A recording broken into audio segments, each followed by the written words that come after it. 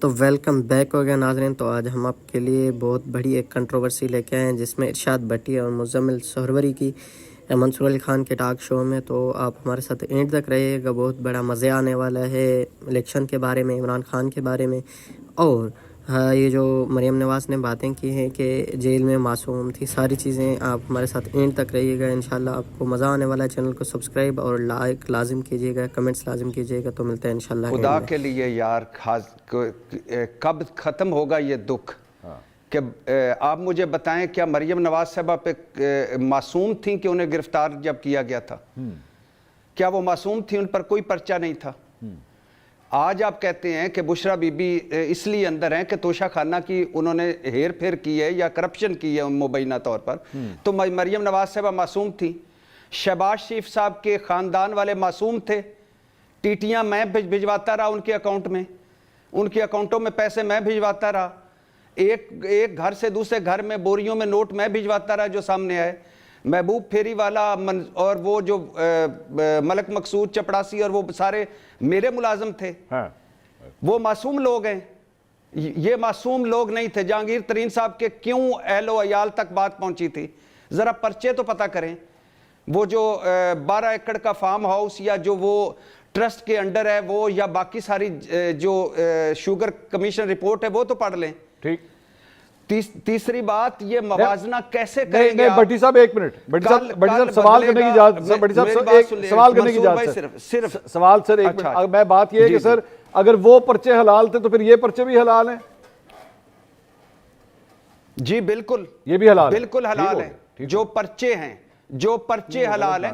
کوئی یعنی میں نے بھائی میں نے کوئی ایک طرف سے پیسے پکڑے ہوئے ہیں میں نے یہ تو کہا ہی نہیں, یا میں اوبلائزڈ ہوں؟ اللہ معاف کرے, میں نے تو کہی نہیں ایسی بات.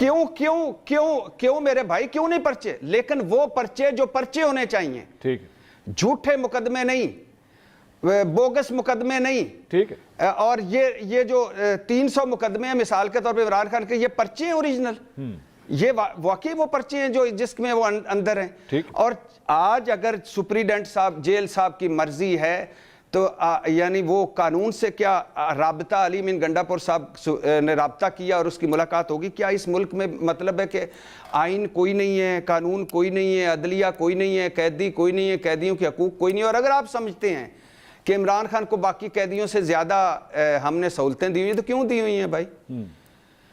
آپ نے آج جو کچھ کرنا ہے یہ کل بھرنا ہے, کل اس سے بدتر ہوگا. ٹھیک ہے. کل جو آج آپ بیڈ روموں میں گھسے ہیں, جو ماؤں کے دوپٹے چھین رہے ہیں, جو آپ نے یہ 7ویں مرتبہ وزیر اعلیٰ کو نہیں ملنے دیا جا رہا, یا جو کچھ بھی ہو رہا ہے, یہ کل بھگتیں گے میرے بھائی. ٹھیک ہے. موازنہ, اور کل جب کل آئے گا منصور بھائی تو یقین کریں موازنہ ہی کوئی نہیں ہوگا اس کا اور اس کا. بالکل ٹھیک سر. اس نے واشنگٹن میں کہا میں اے سی اتاروں گا, اس کا مطلب ہے کہ اے سی لگا ہوا تھا, کیا اس نے اتارا؟ اور یار ان کی تو کیا اللہ نہ کرے کبھی کوئی جیل میں جائے, لیکن ان کی تو جیلیں ہمارے گھروں سے بہتر تھیں یہ جو پیچھے گزر گئے ہیں. ٹھیک. اور ہم نے نہیں دیکھا کیا کیا ہوا ہے. مزمل صاحب کی بات سنیے گا جلدی سے. میں پھر دیکھیں یہ بار بار شہباز شریف کی کرپشن کی بات کرتے ہیں. 4 سال میں فرد جرم تو عائد ہو نہ سکی. کیا ثبوت تھے جو فرد جرم ہی نہیں عائد ہو سکی 4 سال میں؟ عمران خان کے دور میں بغیر فرد جرم کے آپ نے ان کو 2.5-3 سال اندر رکھا, ان کے بیٹے کو اندر رکھا, ان کی فیملی کو جلاوطن رکھا بغیر فرد جرم کے, کیونکہ آپ خود کہتے ہیں کہ جس دن فرد جرم عائد ہونی تھی اس دن وہ وزیر اعظم بن گئے. بھائی درمیان میں 4 سال تھے. وزیر اعظم بننے کے بعد پہلی گرفتاری شہباز شریف کی کرائی تھی انہوں نے. پہلی گرفتاری جو وزیر اعظم بننے کے بعد کی گئی تھی وہ قائد حزب اختلاف شہباز شریف کی تھی, اور کہا تھا پروٹیکشن آرڈر نہیں ہوں گے, بغیر پروٹیکشن آرڈر کے گرفتاری رکھی جائے گی, قومی اسمبلی بغیر قائد حزب اختلاف کے چلائی جائے گی. یہ رولنگ دی تھی اسد کیسر صاحب نے. اور پھر 4 سال فرد جرم عائد نہیں ہوئی تھی. ٹھیک. اور وہ تمام مقدمات میں بری ہوئے جس کو یہ نہیں مانتے ارشاد بھٹی صاحب, مجھے معذرت سے ان کا نام لینا پڑتا ہے, حالانکہ وہ مجھے بار بار منع کرتے ہیں اپنا نام لینے سے, لیکن آپ انہوں کہہ دیں. میں انہوں کی وجہ سے انہوں کہوں گا. میں انہوں کو یہ بات سمجھ نہیں آتی کہ وہ عدالت سے بری ہوئے ہیں اور ان کے بچے اور ان کی بیٹیاں بھی عدالت سے بری ہوئی ہیں, لیکن ان کو بڑا یاد ہے وہ شہزاد اکبر کی پریس کانفرنس, انہوں کو بہت یاد ہے جو وہ روز ہمیں ایک جھوٹ کی داستان سناتا تھا.